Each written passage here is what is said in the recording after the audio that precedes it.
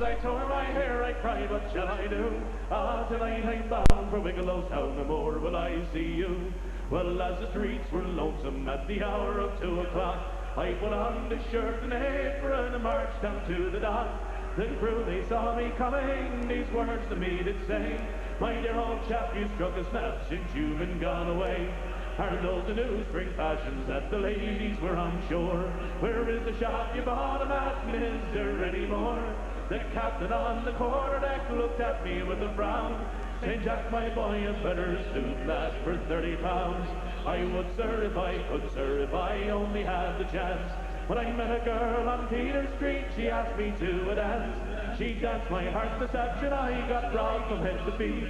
And I'll take my oath no more, I'll go to a dance on Peter Street. Oh, you landsmen and you seamen, a warning take by me. Be sure to choose good company when you go on spree. Be sure to choose good company, you'll find yourself like me, with a woman's shirt and apron for the bit you out for sea. Whoa!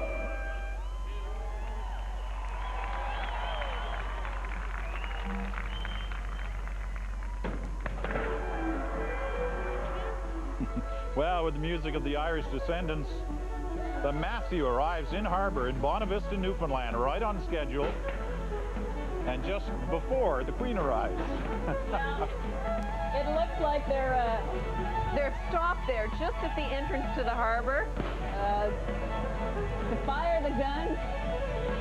The anticipation here, though, is amazing. There are people jumping up and down in their seats. They can see the top of this boat from wherever they're sitting. You can see the mast.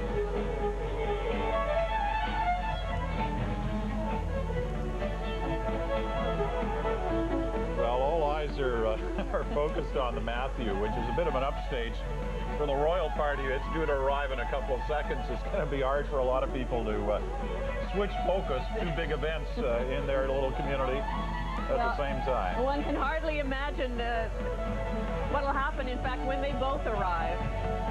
This is going to be one of the surprises for the crew of the Matthew. Is these are members of some of the families of the crew. Many have been flown here without the knowledge of the crew members, and there's going to be quite the little reunion right on the dockside in Bonavista. So they are literally holding off the Matthew, just the entrance to the harbor here. A little bit of a rain has started to fall. Just a fine mist, not too much. But that's not dampening any of these spirits. No, I don't think anybody's even noticed it out there yet. They're having too much fun. Maybe the royal motorcade is stuck in that traffic jam we saw out there on the highway coming into town. I wouldn't be surprised. The streets of Bonavista are narrow. They don't see a lot of traffic in normal times. In fact, to announce the arrival of Her Majesty the Queen. Well, you can hear Gordon Pinson now in the background. Everyone please remain standing. The Queen and Prince Philip due to arrive momentarily by the royal limousine and the motorcade. Here it's the front end of it coming in now with the police escort. And there's the Queen's car. You know that from the royal standard placed up front on the vehicle. So silence has fallen over the harbor area. Sense of anticipation. You know, you see the lineup of flags there, not only the Canadian flag and the British flag, but the Italian flag as well. That's representative of the Italian cabinet here for today as well. And as we mentioned earlier, Alice was saying Prince Philip, you see him there in the royal limousine, was on board the Matthew before it left England, involved in a couple of the trials around the Bristol area. And there's the Queen, welcomed by the Premier of Newfoundland, Brian Tobin. She knows how to dress for the weather. Yeah, she's, well, of course, she's perhaps more used to this kind of weather than we are, anyway. She's, of course, being greeted here by the Premier and his wife, and the Mayor of Bonavista as well. And Don Tremblett is the Mayor of Bonavista. And then the Premier, of course, is going on to present the ministers of his government and the manager of the Cabot 500 Corporation that helped organize the celebrations in Newfoundland, people who organized the Matthew visit. And the Queen moving towards the royal box, where she will be watching not only Matthew's arrival, but more of the stage performances that take place here. See those chairs? There's a story connected to those chairs. Very quickly, they were shorts and chairs, and they wanted special chairs for the royal party here. They came to our hotel last night, whistled them all out of the lobby area. The dining room. And there they are. Well, those chairs are going to have special significance. They will, yes.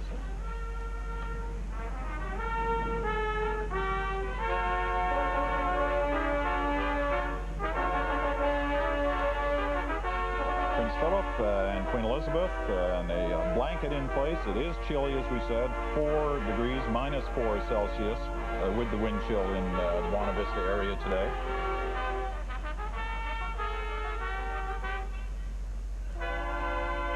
Well, she looks like she's about set to enjoy this. Oh, she is. And there's the crowd in the invited area. You know, many have already left their seats to move up closer and get a glimpse of Matthew. And in the background, yeah, the flotilla that came up the St. Lawrence, many of them from down the Toronto area. Many others joining along the way. Here's the royal salute. God save the Queen and O King.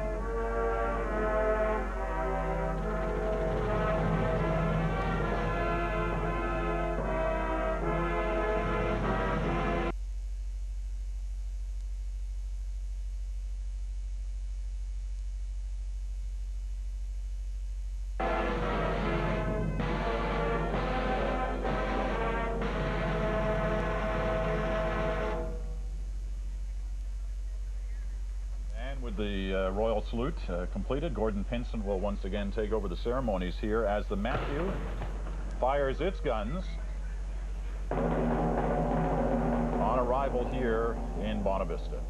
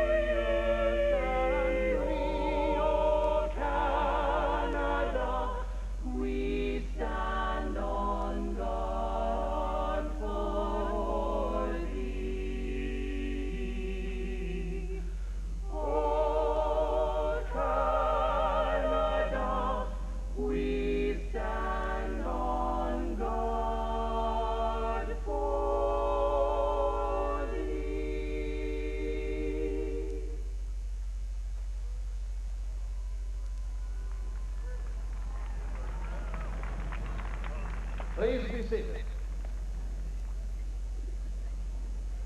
Your Majesty, Your Royal Highness, welcome to the Matthew Landfall celebrations and welcome to Bonavista, Newfoundland. Thank you for coming to participate in our Cabot 500 celebrations and especially in this historic event. You have arrived at a most opportune moment. For Matthew and her brave crew are about to complete their transatlantic crossing. Despite adversity, they have succeeded and they are here. After 53 days at sea, sailing from Bristol, England, the replica of John Cabot's caravel is now arriving. Your Majesty, Your Royal Highness, ladies and gentlemen, please welcome Matthew and her brave crew under Master David Allen Williams.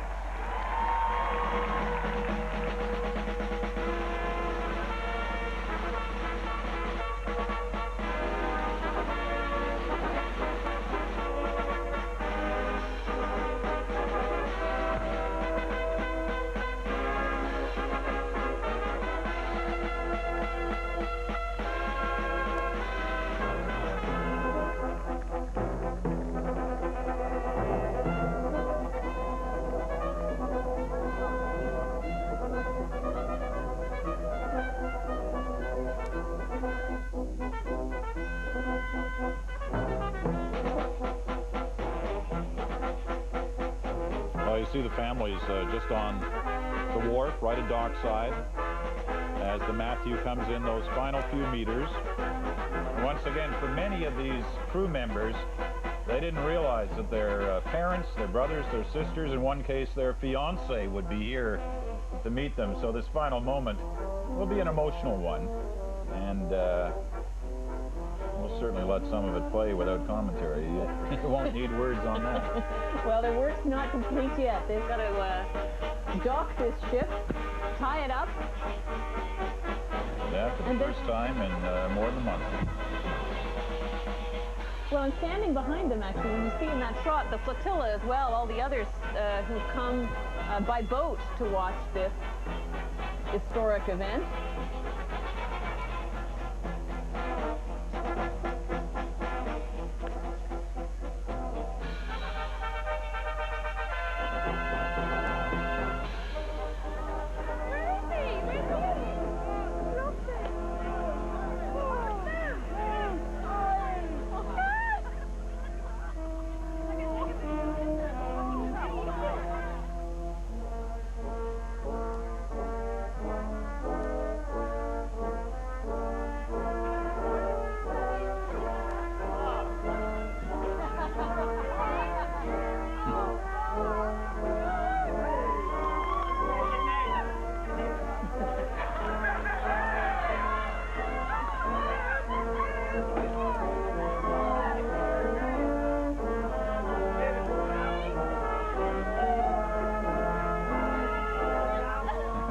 Some of them just can't wait.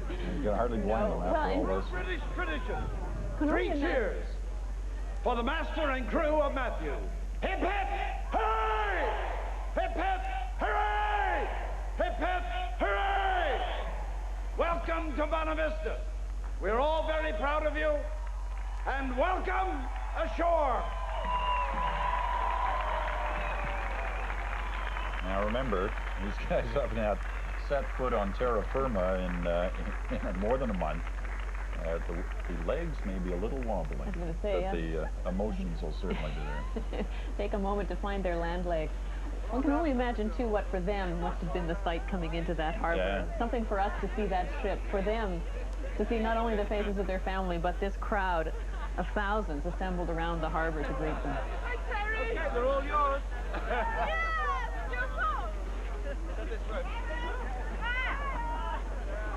You just got to make sure everything's done properly, of course, before they... Hey, Mr. Redford. There they go. A moment long waited for. What about you against the sailing? Good question. Yeah. I thought we were just going to tell us. All right. Oh, great. Can you get your own? Sorry, Maddie. That's it. There she is. Nana, it's your first step on land. There is. When did you get here? Really? How'd you get out? You fly out? Yeah, cool. Great. Hey, Russell. So what'd you get to the office and stuff? Oh, yeah, hey. Did they? Did you another one? No, you're going to get yeah? You think I could go on and see my brother? This is smart. Can I go on and see Kirk? Stay on board so you don't fall over. Give a kiss. What do you think of the entrance? Russell. Right now, Kim. And this is a, Russell. wonderful that the organizers have allowed these moments before everybody else gets involved. Well, as much as this is an historic event for the people of Bonavista, this is truly a personal moment for this crew, too. Right. I now invite the Premier, the Honourable Brian Tobin, to bring greetings on behalf of the government of Newfoundland and Labrador. Premier Tobin.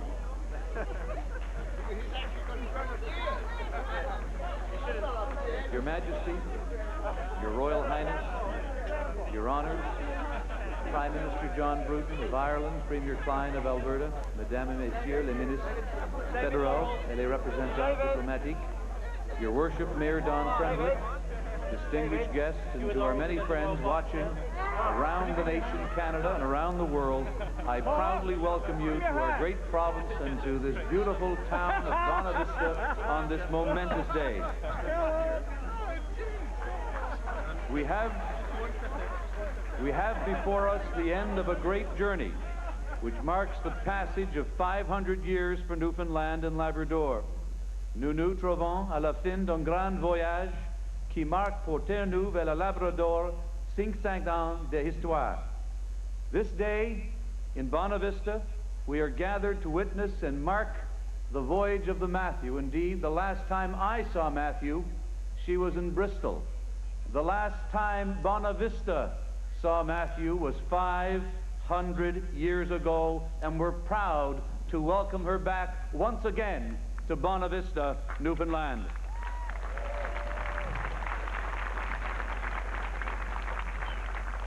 On all of your behalf, I salute Captain David Allen Williams and his crew, who have with great skill mastered the North Atlantic to bring the Matthew to Bonavista.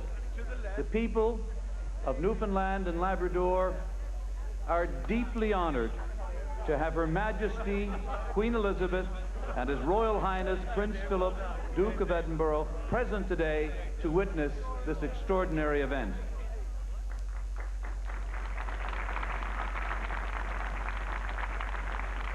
I want as well, on behalf of all of you gathered here today, all of us who are visitors to Bonavista, to send a special thank you out to the people of this community of Bonavista, the many volunteers who've made this event possible for all of us. Thank you, Bonavista.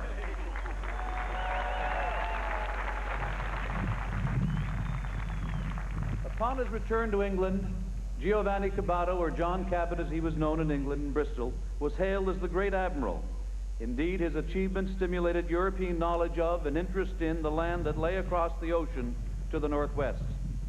We in this province have been seafarers and adventurers traveling the shores of our island and Labrador for nearly 10,000 years. L'équipage ou la famille qui forme les habitants de Terre-Neuve et de Labrador est fait de nombreuses cultures, chacune est distincte et fait de ses racines, mais toutes sont mises au défi de survivre dans ces territoires à la fois immenses et uniques. To Cabot and his crew, the first sight of Newfoundland and Labrador meant the end of a long gamble with fog, wind, waves, and the threat of ice. For 54 days, Cabot sailed his vessel westward to the unknown.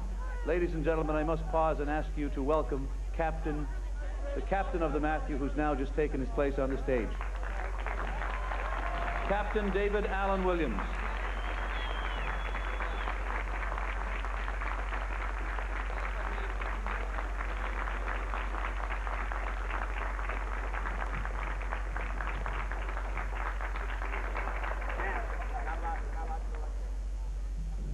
For Cabot, it was a perilous journey.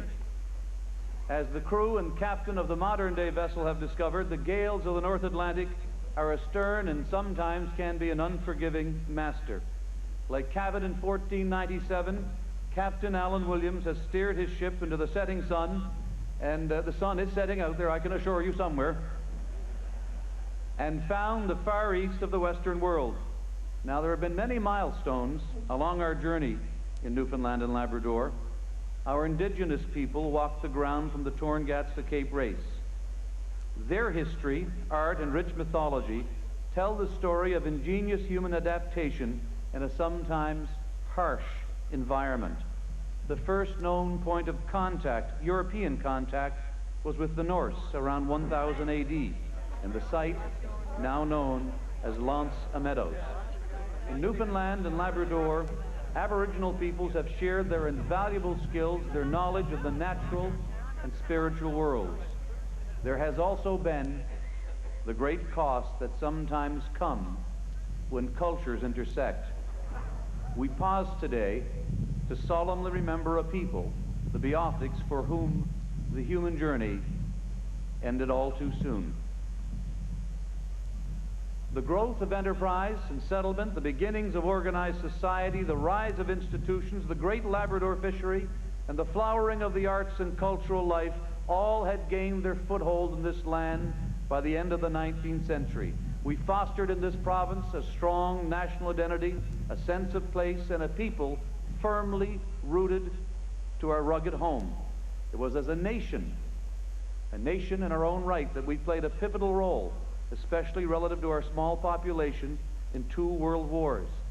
We remember today with pride the selfless contribution of Newfoundlanders and Labradorians who, with their sacrifice, helped secure the safe passage of the North Atlantic and the freedom of Canada and Europe. Having forged a strong and independent existence, Newfoundland and Labrador took a bold step forward in 1949 when we joined the great Canadian family.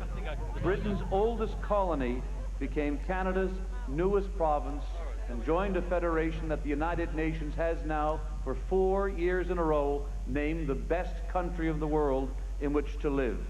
And just as Canada is realizing its full potential, so too will Newfoundland and Labrador secure its full place in the Canadian family. We've long navigated here between the ice flows and the currents of time. Our vast land remains a place of constant exploration and evolution, from the culture and diversity of our Aboriginal peoples to the continuing legacy of our fishing heritage. We're also crossing new frontiers in mining, in offshore oil and gas, aquaculture, new technologies, and indeed in tourism. In fact, if Cabot were sailing aboard the Matthew today, he'd see in some ways a new and very different horizon, one marked by the towering achievement of the Hibernia GBS on the Grand Banks. Well, Captain Alan Williams today, and all the days preceding this one on his journey, has steered the Matthew steadily, with purpose and direction to reach this great and historic port. In doing so, he's drawn upon every member of his crew, including the oldest, Captain, or I should say, Mr. John Jack Smith, 77 years old from Grand Bank, and the youngest, Chris LeGros, 20 years old from Torbay.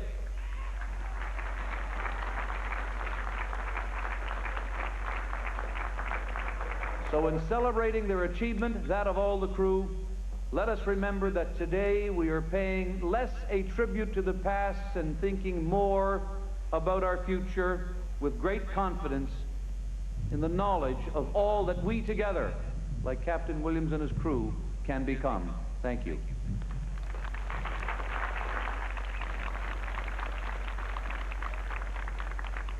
Thank you, Mr. Premier. We thank God for the safe arrival of these heroic adventurers. One of the crew is a member of the clergy. Would aft deckhand Reverend Russell Owen please step forward and give the prayer of thanksgiving.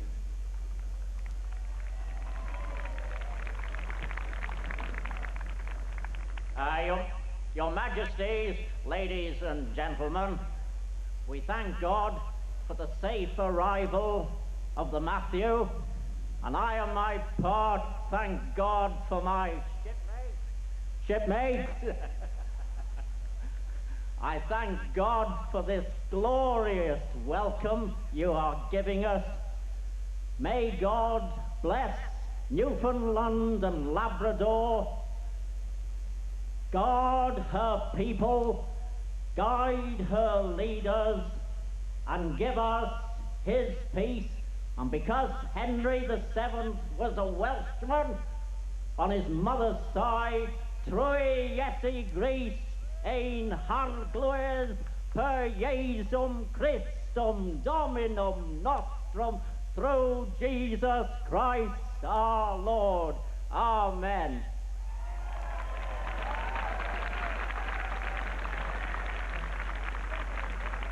Thank you, Reverend Owen.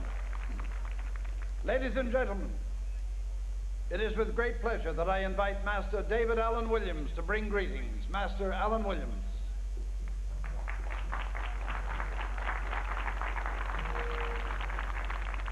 Your Majesty, Royal Highness, Premiers, Ministers, ladies and gentlemen.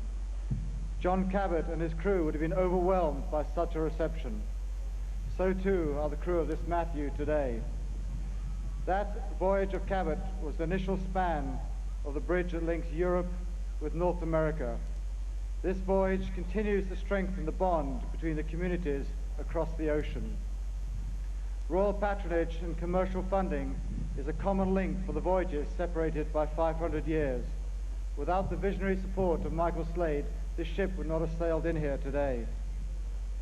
Just as it was for the original crew sailing into the unknown across the Sea of Darkness, so too is it a daunting and unknown task for today's crew to sail a medieval caravel across the Atlantic. I wish to salute a remarkable and compatible crew of seafarers with whom it has been a pleasure to sail with. To everybody present here and the people of Newfoundland, Labrador and Canada, the crew of Matthew, thank you for this greeting on historic Landfall Day. Thank you.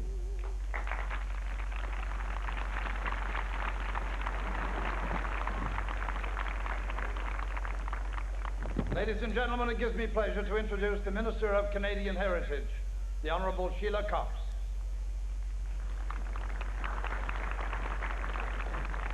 Your Majesty and Your Royal Highness, Premier Tobin, Premier Klein, Ministers, Minister Mifflin, honored guests and sailors. 500 years ago, from the port of Bristol, a crew of 19 brave explorers set out from the world they knew into a sea of unknown. Without a map, without an understood destination, John Cabot sailed straight into history. The courage, the danger, the spirit, the mystery, fears and hopes, and in the end, triumph. Cercando le ricchezze del vecchio mondo, Giovanni Cabot trovò invece gli incredibili tesori del nuovo mondo. The Matthew sailed for 7 weeks, tossed and buffeted, until it entered this harbor and crossed the threshold of the newfound land. Majesté et Altesse Royale, nous célébrons aujourd'hui le 500e anniversaire de l'arrivée de John Cabot en terre d'Amérique le 24 juin. Nous allons revivre l'une des pages décisives de l'histoire du Canada, celle où l'horizon de l'homme s'est confondu avec l'Amérique, où la terre s'est confondue avec l'océan, le passé avec l'avenir, et l'audace et la ténacité ont prévalu. What John Cabot discovered would become one of the world's great democracies. Canada is a nation of explorers, of dreamers, of creators, in a never-ending search for a better, stronger life. The story of Cabot is about great voyage, and the story of Canada is about a great journey made by many people, a journey of peace, hope, and opportunity. Your Majesty and Your Royal Highness, sailors of the Matthew, welcome to our shores. May all Canadians always remember that our country is founded here in Newfoundland and Labrador, and our country is founded above all on the shoulders of those who dared to dream. Thank you, merci beaucoup et grazie.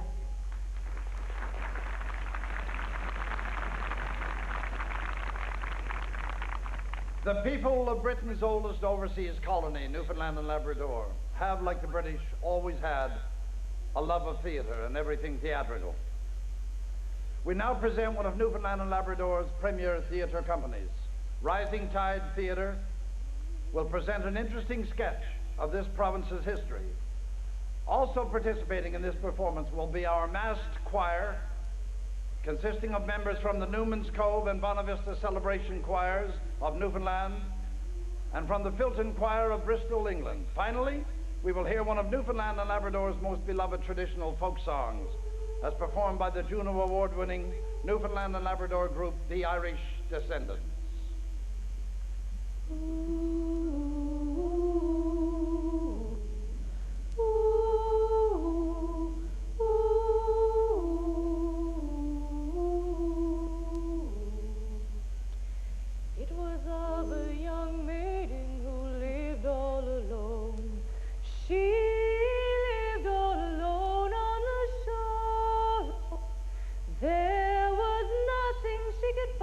To comfort her mind, but to roam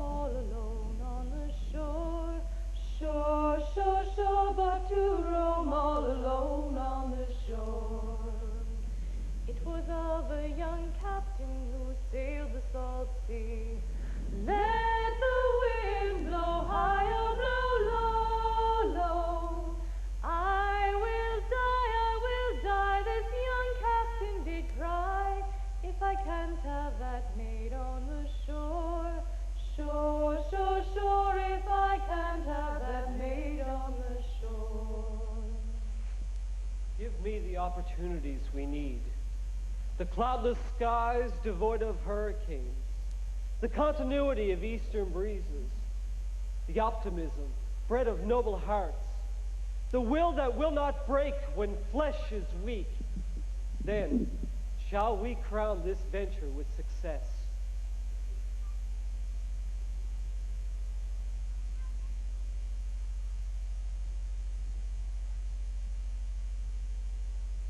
We waited for as long as the sea beat against the rocks.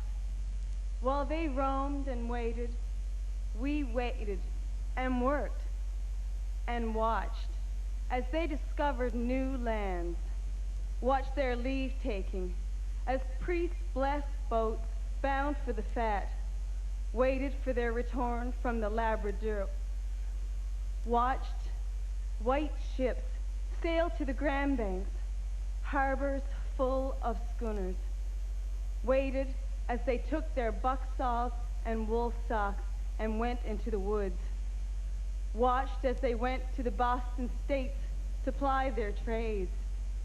And when they could, they came home to us, who tended the gardens, reared children, salted fish, made hay, worked the home, and kept the porch light on. I always kept the porch light on when they were away. Someday, maybe they'd see the light burning, and they'd find their way home. I only pray that God will fill our hearts with steadfast optimism, that we may, in this venture here, go forth. This Matthew here bears witness that we may sail beyond the western ocean's edge till we find our heart's desire in Newfoundland. We disembarked, and in that particular spot, we found a trail that led inland. We saw a site where a fire had been made, and a stick, half a yard long and pierced at both ends, and painted with brazel. By such signs, we believed the land to be inhabited. In the name of the Creator and for the future of all mankind, I claim this newfound land for the greater glory and honor of all peoples. Let it be a haven to all sailors. Let these seas feed all mankind.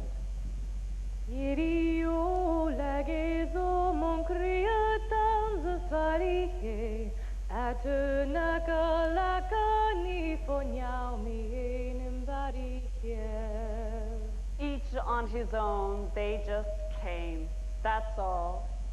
Each from his own world of cousins, sisters, loves, and friends. Eternole que splenura kai nu gugare planche, ua lego nu ruitul sana brujuk samene.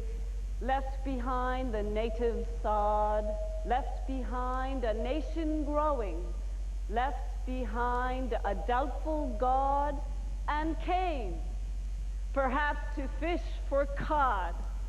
Ua lego nu ruitul sana brujuk samene. Every evening, he sits straight in a chair near the stove to sew the nets. The twine is strung across another chair before him. He practices a thoughtless skill in the slack time. But the twine learns what the hands know of the repeating flow, then knot of nets. He crafts the minutes in the mesh, and he sews away the white season, a good 10 nets long. The sea is tameless. It is now as it was in the beginning and shall ever be. Mighty, savage, dread, infinitely treacherous and hateful, yielding only that which is wrested from it. It groweth not old with the men who toil from its coasts.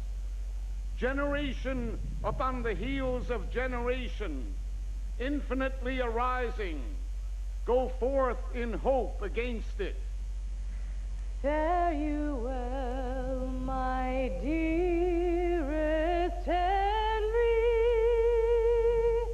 since you to the sea must go, to plough the raging ocean and face the daring foe. Think on your poor Marianne when you're on some foreign shore, and vow there is no one but her you ever will adore. Her heart cried out, come home, when the storm beat in at the door, when the window showed a spatter of foam, and her ear rang with the roar of the reef, and she called again, come home, to the ship in reach of the shore. It took the sea 1,000 years. 1,000 years to trace the granite features of this cliff in crag and scarp and base.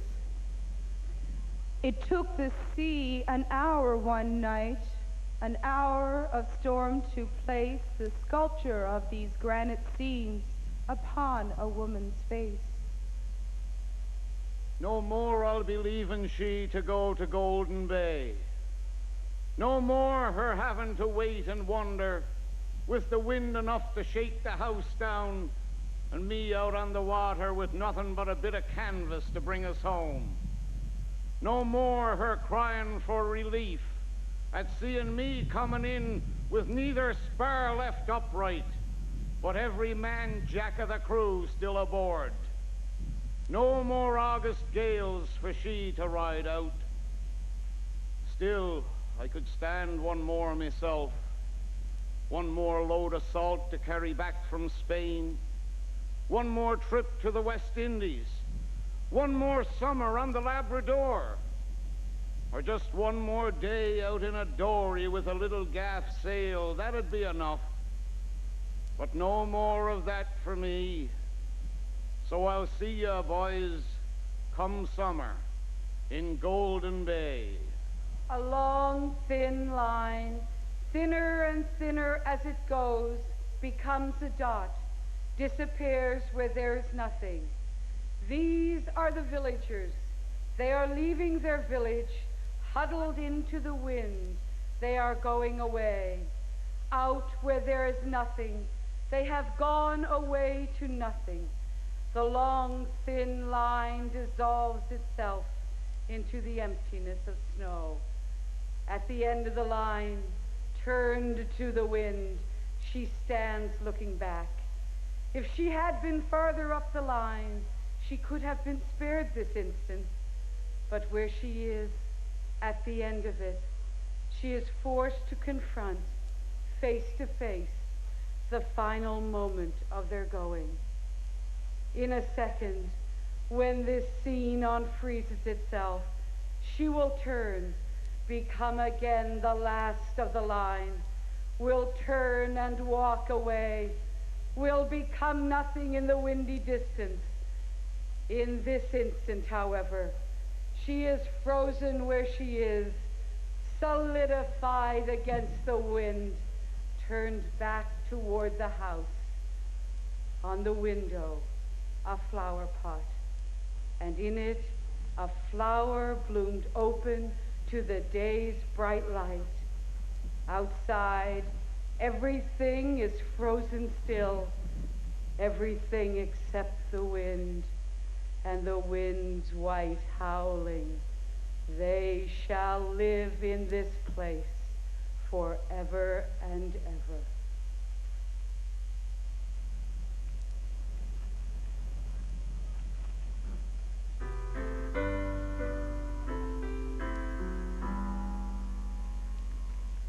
I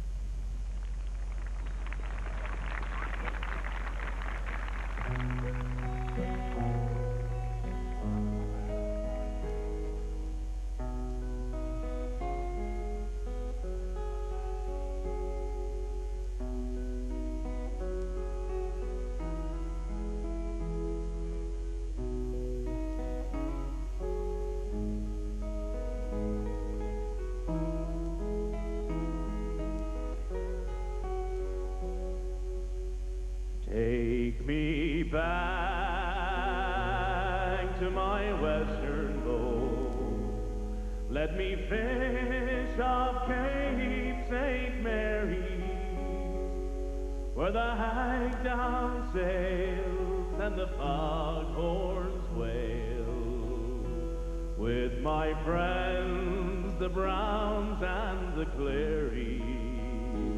Let me fish off Cape St. Mary's. Let me feel my Tory live to the broad Atlantic comber, where the tide red swirls and the wild ducks whirl, where old Neptune calls the numbers neath the broad Atlantic comber. Let me sail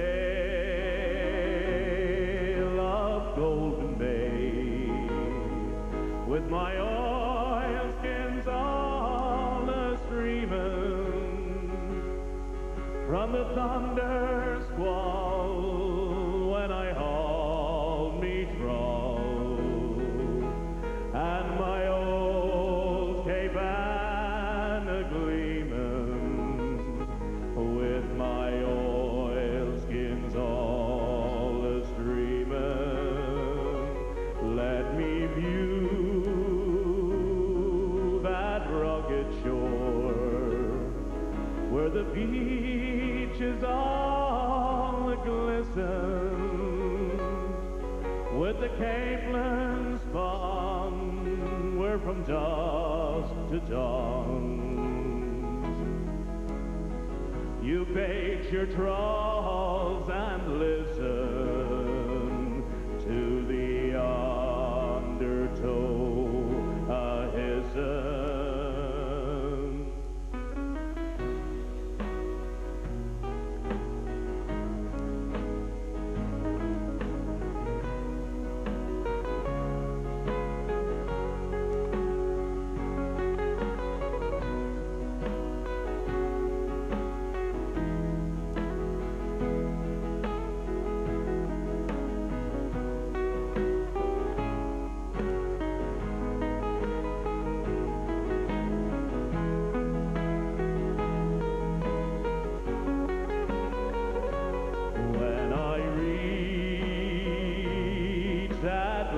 Big shoal where the ground swells break asunder, where the wild sands roll to the surge's toll.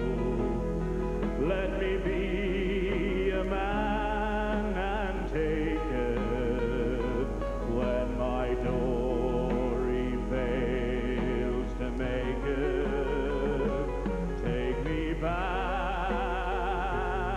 to that snug green cove where the seas roll up their wonder. There let me rest in the earth's cool breast,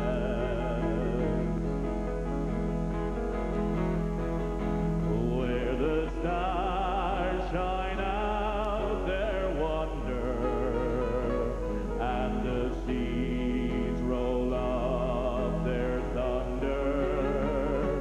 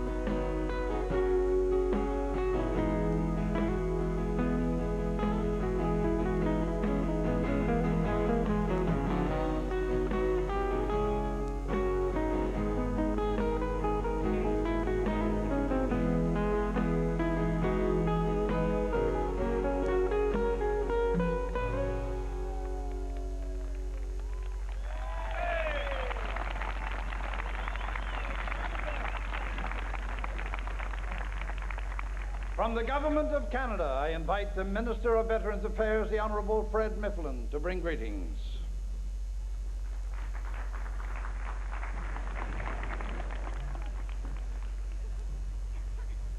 Your Majesty, Royal Highness, Premier Mrs. Tobin, Premier Mrs. Klein, Prime Minister Bruton, Mayor Tremlett and Mrs. Tremlett, distinguished visitors, members of the Diplomatic Corps, Mesdames et Messieurs, and to the people of Bonavista. On behalf of the Prime Minister of Canada and all Canadians, welcome to Bonavista and to the safe arrival of the Matthew. Bonavista, the home of my family for 250 years, is one of the oldest towns in North America. We are rich in history, with a people renowned for their warm, hearty, and humorous approach. There exists here a culture of myths, mummers, fog, and gales, mixed with the stark but confident reality of our future, and as attested to by the magnificent turnout today, a spirit as big as the sky. A community of first, a proud frontier. Congratulations to Captain Alan Williams and his brave crew of the Matthew for a safe and timely passage from Bristol in what must have been the voyage of a sailor's dream. Governments do not make celebrations a success. People do. And my heartfelt thanks go out to all the 600 volunteers of Bonavista who made this all possible today.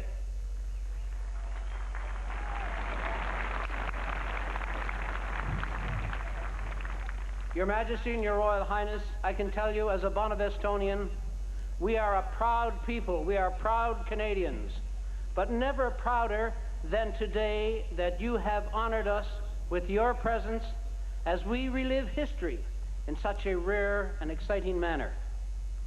Thank you.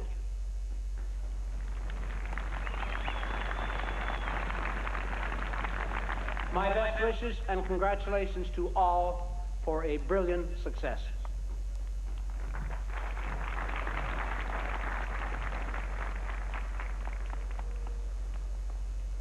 Thank you very much, Minister Mifflin. Your Majesty, it gives me great pleasure, a pleasure I share with all the people of Newfoundland and Labrador, to ask you to address us on this historic occasion.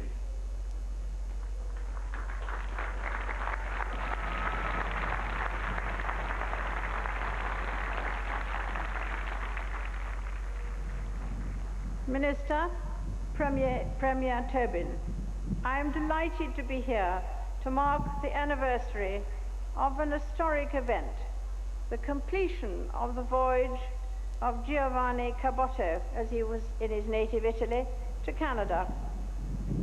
Prince Philip took similar pleasure in seeing the Matthew of today sail from Bristol earlier this year. In 1497, when vast regions of the world were still uncharted, John Cabot crossed the Atlantic Ocean from England, hoping to find the western passage to Asia. Instead, he sighted this very coastline, a Newfoundland, forming part of a country now known as Canada.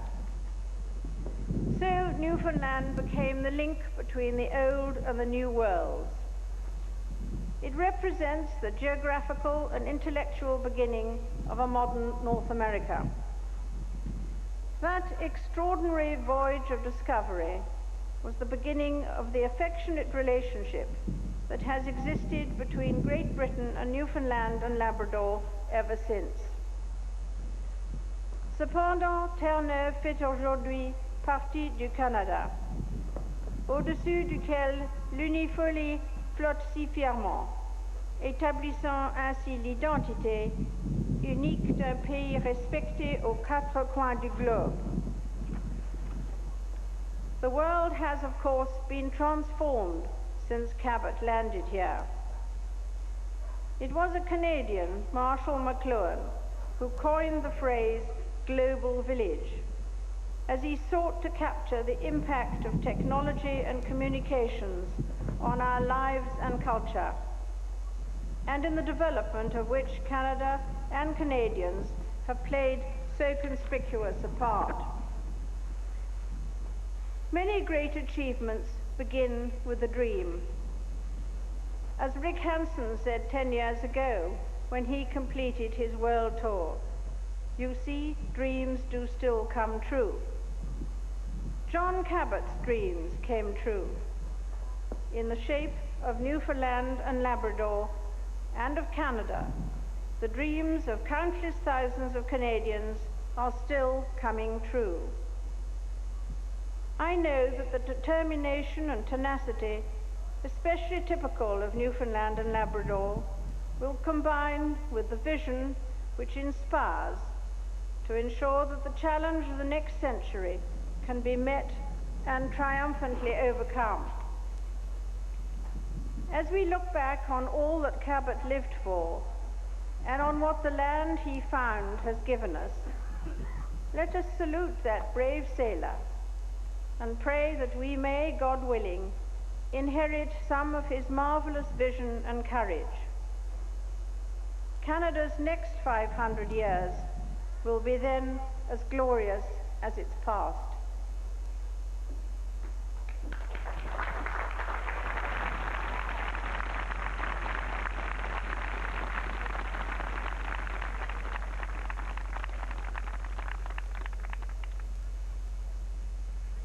Your Majesty and Your Royal Highness, this year we launch a celebration of this newfound land, but we also launch a celebration of the people and the culture that have clung to this rock within the sea. People who have faced the ocean with determination and faced their livelihood. Oh, the ship lies at anchor, she's ready to dock. I wish her safe bondage without any shock. And if ever I should meet you by land or by sea, I will always remember your kindness to me. I will always remember your kindness to me.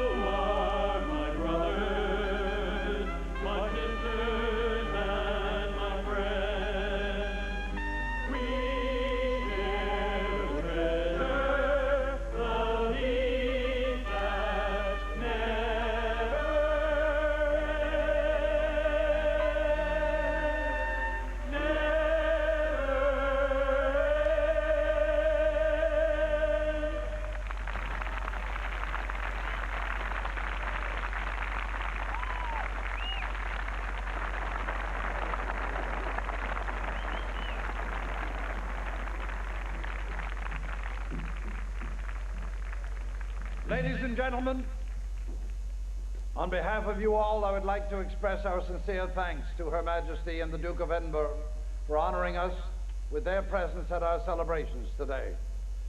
The time has come for their departure. Your Majesty, Your Royal Highness, on behalf of everyone, I wish you Godspeed. Would everyone please rise for the singing of the Ode to Newfoundland?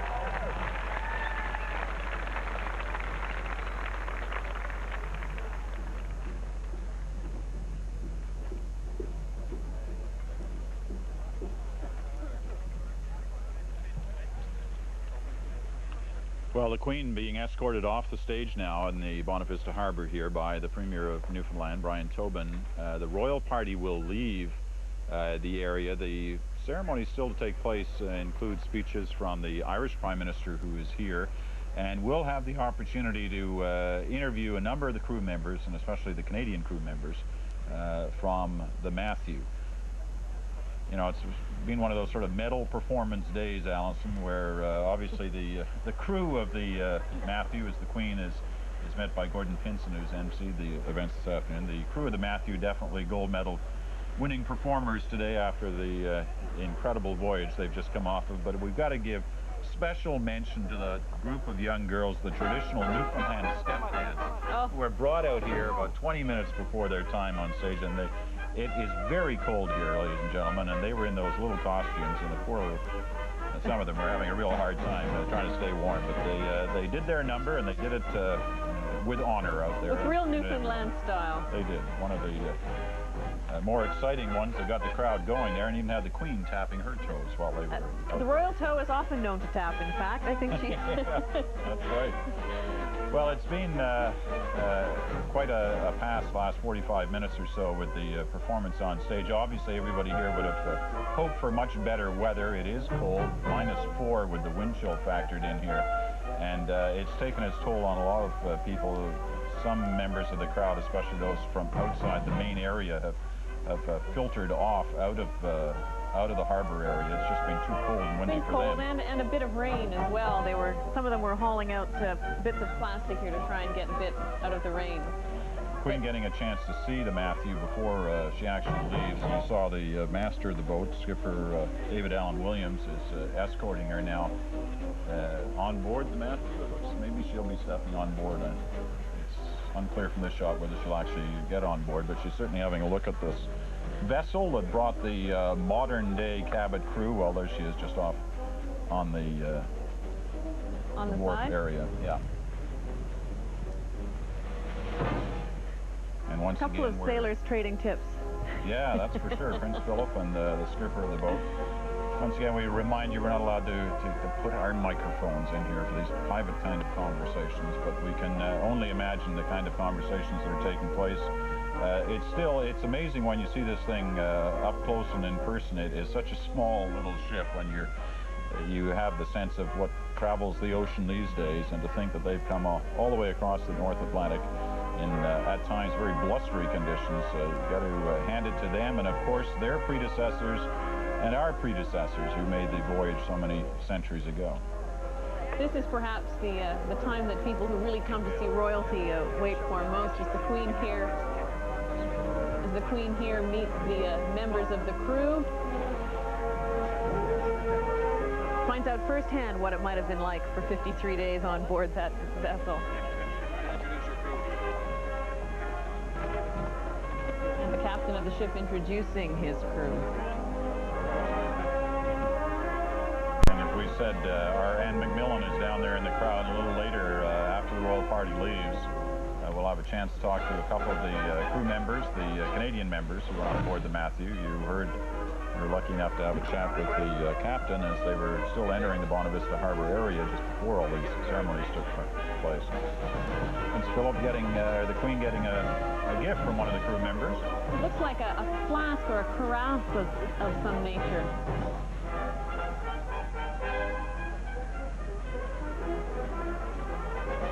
One for each of them.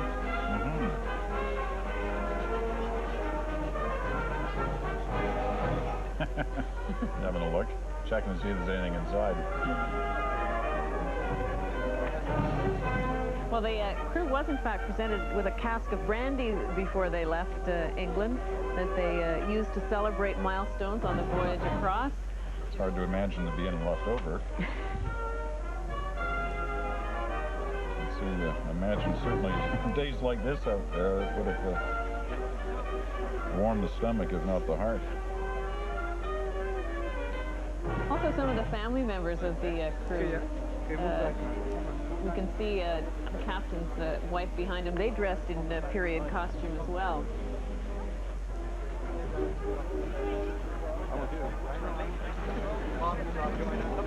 I guess they wouldn't have been able to wear those costumes too many times on board. After 5 or 6 weeks of wear, I don't know that you'd want to be wearing them at a celebration like today. They had a laundromat there.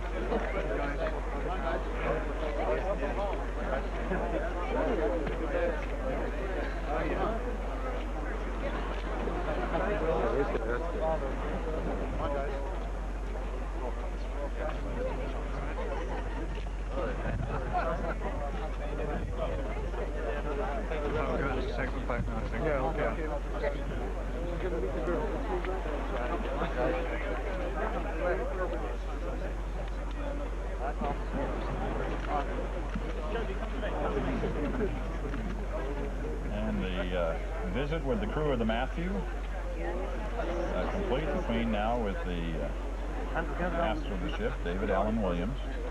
Do you know, Peter, you could almost think that this was happening hundreds of years ago when you look at that picture. The costumes of the people there, and behind them, buildings that have been recreated to represent life in Bonavista as it was some hundreds of years ago. What you see in the background is not only some of the homes, but some of the original buildings that were put here for the fishery to salt the cod before it was sent back to England and other parts of Europe in the early days of the fishery in Bonavista. Premier Tobin chatting with the Queen. He gave one of those rah-rah Newfoundland speeches at the beginning of these events. And a couple of federal cabinet ministers speaking, both Sheila Copps and the Newfoundland minister, Fred Mifflin. Saying their goodbyes now.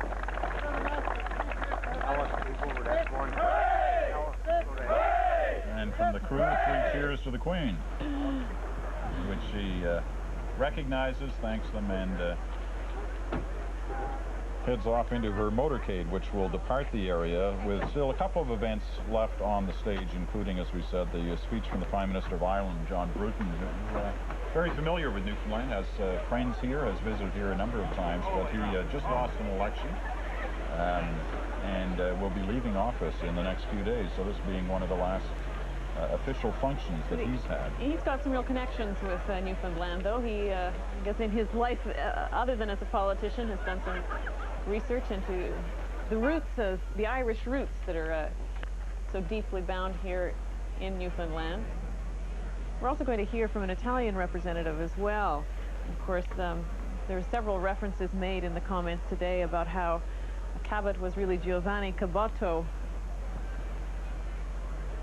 when he started out as an explorer and as an adventurer. And Sheila Cox, give credit where credit is due, showing her fluency in Italian as well in her brief remarks to the crowd. Hey boys, they went through the choir, and then she walked back around, then I said, back again! The crew having a chat with the captain here about their moment of visit with the Queen. Ladies and gentlemen, there is still more to come. In just a few moments, we will hear from the Prime Minister of Ireland, John Bruton. Also a guest from Venice, Italy, Dr. Franco Bozzolin, will present a gift to the people of this province. The connections between our province of Newfoundland and Labrador and Ireland run long and deep. You just have to listen to the Irish brogue. Well, the Royal Motorcade having left the area, Gordon Pinsent just going through a few of the formalities still to take place on stage here in the Bonavista Harbor area. But we do only have a few minutes left in our coverage, and we do want to get our opportunity to talk to a number of the Canadian crew members who are on board the Matthew, and one of them being Chris LeGros, who was one of those you saw maybe if you joined us a couple of hours ago, who was swimming in the North Atlantic on the voyage over. We're going to talk to him in a minute, but first we're going to give you a profile of Canadian Chris LeGros, who has been on board the Matthew, and it was prepared by Anne McMillan. Here it is. Go. Chris LeGros arrived at the Matthew in March with a backpack full of books. Hey, how you doing? Nice to see you. You too. Nice to meet you, mate. He's in his second year at Dalhousie University studying comparative religion, and he did his exams by fax. The fact that this 20-year-old comes from Topsail, Newfoundland, gives this voyage special meaning. For Newfoundland, it's the biggest year, 1997, and it's going to be a big party. Lots of people are coming out and stuff, so I'm pretty psyched. I'm pretty honored to be doing this. I'm really grateful. Chris may be one of the youngest crew members, but he's among the most experienced. He spent a year in high school sailing around the world in a tall ship. In 1995, he was on the Newfoundland Laser 2 sailing team, which won the Canadian Championship. Yeah, that'll be fine. Just let it go, see what happens. But he's never done anything like this before. It's both a personal challenge, and we're making history, modern history again. Crossing the Atlantic is an experience in itself, especially in May in the North Atlantic. Actually, this stuff right here is... Along with his books, Chris brought a period costume from Newfoundland. With a bit of nylon in between to keep it warm. This was made by a lady in Trinity. She researched the clothing for 2 years. 500 years ago, a sailor on the original Matthew might have worn something like this. John Cabot issued hat. Chris didn't sport his Cabot hat when he made a trip up to the crow's nest, in case it blew away. His head for heights might come in useful. His ambition is to become an airline pilot. Well, we'll have to find out whether he's going to continue on with that goal, because from Chris LeGros and Anne McMillan on tape, we go live now to Anne McMillan and Chris LeGros just on the harbor, on the dock area here where the Matthew is now placed. Anne? Hi, here we are with Chris. How did it feel coming in? You said you were looking forward to it. Yeah, we've been looking forward to this all week pretty much. The week has kind of dragged on, but this morning it zoomed right by. We're getting the ship ready to go, and we saw the crowds from about 3 or 4 miles off, and everyone's just like, whoa, whoa. And the sail changes were really good, and got sails down, packed them back up again, and fire off the cannons, and saw all my friends on the quayside over there, and then my family right here at the dock. It was just, words can't even explain it, yeah. Okay, what's the highlight of the trip? Oh, geez, I mean, we had storms, we were swimming in the ocean, we had great sunny days at icebergs, we had, it's just, I mean, there's so many highs, so many lows. They're all compacted in one, you know, and it's hard to really put in words what they all were, right? So. Did it live up to your expectations?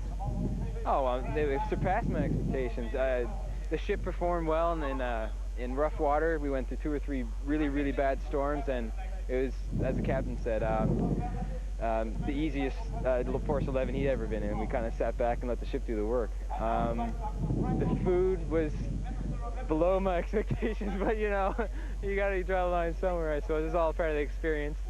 The captain got us over here nice and safe, and oh, I'm still lost for words, yeah.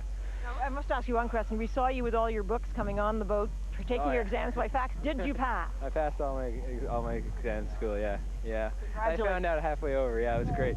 Great to hear that, it was good news. Well, welcome back. Thank you very much. Peter?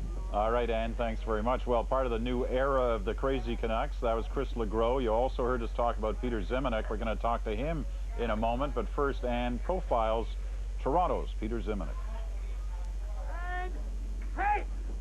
Peter Ziminick, 24 years old, from Toronto, is as comfortable pulling up sails as he is climbing the rigging.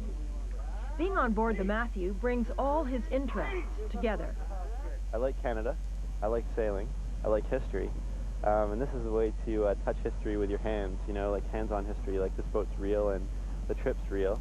So combining, you know, sailing with a bit of Canadian history will be a lot of fun, I think, and I think I'll get a lot from it. This quiet, thoughtful philosopher wrote one of the most memorable log entries of the voyage. He described the Matthew as a toy at the mercy of the Atlantic.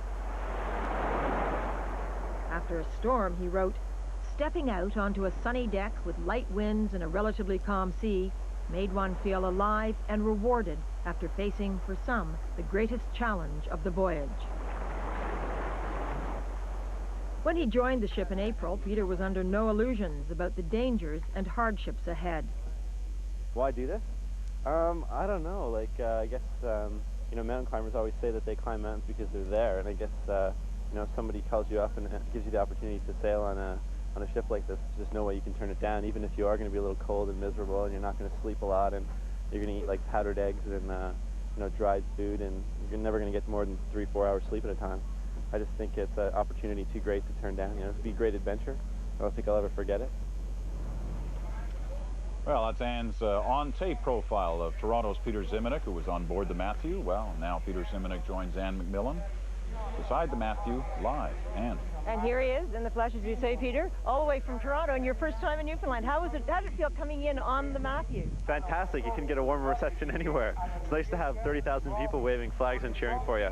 It's great. Great arrival. I called you our ship's philosopher because you talked about the stars and seeing Cabot, the same stars as Cabot, and you talked about the challenge of the whole thing. Did it live up to your expectations? Well, I try not to set expectations for myself, you know, because I didn't want to be disappointed, but it was a fantastic experience, you know. It's a lot of time to think. 5.5 weeks out there, a lot of things happened, you know. Friends were made, you know, triumphs, challenges, defeats. It was a good personal experience all over. Would you do it again? I'd do it again any day, any day. It was a fantastic experience, you know. What was it like during that storm that we saw you in? Was it quite scary? Well, it was quite exciting, actually. It was quite thrilling. I'd never seen, you know, 50-foot waves before, like crashing over the deck, you know, driving rain in your face. It was exciting. It was very exciting. And coming in, how did it feel seeing everybody here waiting for you? It was great. It was fantastic, you know. It's just when we got past the point where we dropped sail, it was just like people lined up everywhere, all over the shores and the docks, and you could see flash bulbs going off, and it's great. You know, it's great to complete something this big and then have a big crowd waiting for you when you get in. Now, there was somebody, surprise, waiting for you in the audience. Yeah, my mom showed up in the last second, which was great. So I didn't think she was going to come. So she's been here hanging out with Chris's mom, going around Newfoundland and St. John's, and so she's really happy, and she's like over the hill to be here.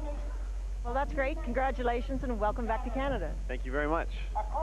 Peter. All right, Anne, thank you very much. Well, we've got a couple of minutes left, so time to wrap up. And Allison, you know, it's easy when you watch the pictures and having the incredible communications that we had, the facilities of the camera on board the Matthew, seeing the visit from as it crossed the ocean, to forget in some ways just how risky this whole venture was. I mean, this was never a slam dunk, as they say in basketball. This was a tricky venture. It was, and you got a sense of that earlier on when you saw one of the crewmen, in fact, being taken off by helicopter after he had hurt himself. The captain, in fact, had a serious injury to his thumb. But I think it was the attraction of the adventure, the fact that they were taking on something risky. It's, you know, it's the gamble, it's the danger, it's the risk that brings some of the excitement to it. And I think it was Peter Ziminick who put it best. For all of them, it was clearly putting their hands on history, which is a wonderful image when you think about them pulling those ropes and manning the tiller in the night. I think you also got to give a lot of credit today, too, to the people of Bonavista. This has been, you know, a very carefully orchestrated thing over the last little while by both federal and provincial governments to ensure that the ceremonies that took place here today actually happened. But it couldn't have taken place without the incredible volunteer work that's gone on here in Bonavista. This is a small community, about 4,600 people. More than 10% of the community was very actively involved in all the volunteer work, and I'm sure everyone in the community had something to do with the planning for this. And they finally end up with today. You were here a couple of days ago on Saturday. It was what? It was about, you know, 25 degrees. It was absolutely stunningly gorgeous. It was a picture postcard day, and that's what they were hoping for today. But I don't think that dampened any of the spirit. You really did get a true sense here of Newfoundland hospitality. They really are, in a sense, welcoming the world. We could talk about, you know, the tourism pitch that perhaps the politicians want to make, but no one can deny the welcome you get when you walk into a community like this. Yeah, you got to hand it to them. They handled this latest, perhaps misadventure in terms of the weather. They handled it extremely well today. I want to get final thoughts from Anne McMillan, who has been watching the whole Matthew episode from its early stages in the preparations and monitoring closely the voyage across the North Atlantic, and then joining us for our coverage and seeing it to its completion. Your final thoughts on all this? Well, it's wonderful. Like 5,000 kilometers, 52 days, 500 years. So many statistics, Peter. It took 5 years to organize this thing, 2.5 years to build the boat, and I think it's been a great, great success. All right. Well, Anne's going to be heading back to London in the next couple of days after helping us out with our coverage on this. It's been a pleasure to have the opportunity once again to work very directly with Anne as she's been working with us these last couple of days on the Matthew voyage. Well, just so you know, this isn't the end of the travels of the Matthew. If you got a chance this summer to come to Newfoundland, it's very much a coming home year here as they celebrate the 500th anniversary. The Matthew is going to be circling the island, stopping at, 16 other ports over the length of the summer. So if you've been enthralled by this episode today and want to meet personally members of the crew who are now meeting many of those who've come to Bonavista today to watch all this, you've got your opportunity too by heading out to Newfoundland. But also, if you believe it landed somewhere else, there are ceremonies taking place in Nova Scotia in just 4 days, and I'm sure many of the people there will enjoy that. Allison, very briefly, you do the News World coverage beginning tomorrow. It starts tomorrow in St. John's, and our first broadcast tomorrow will be following the Queen. Begins at 9:45 Eastern when she visits a school for the deaf. And then, of course, we'll be following her as she goes, continues her visit in Ontario towards the end of the week. All right. Well, thank you to Allison as well for her help in our coverage in the last couple of days. Good luck with the rest. More news later on this voyage on your Supper Hour newscast, and of course later tonight on the National. I'm Peter Mansbridge. Goodbye from Bonavista.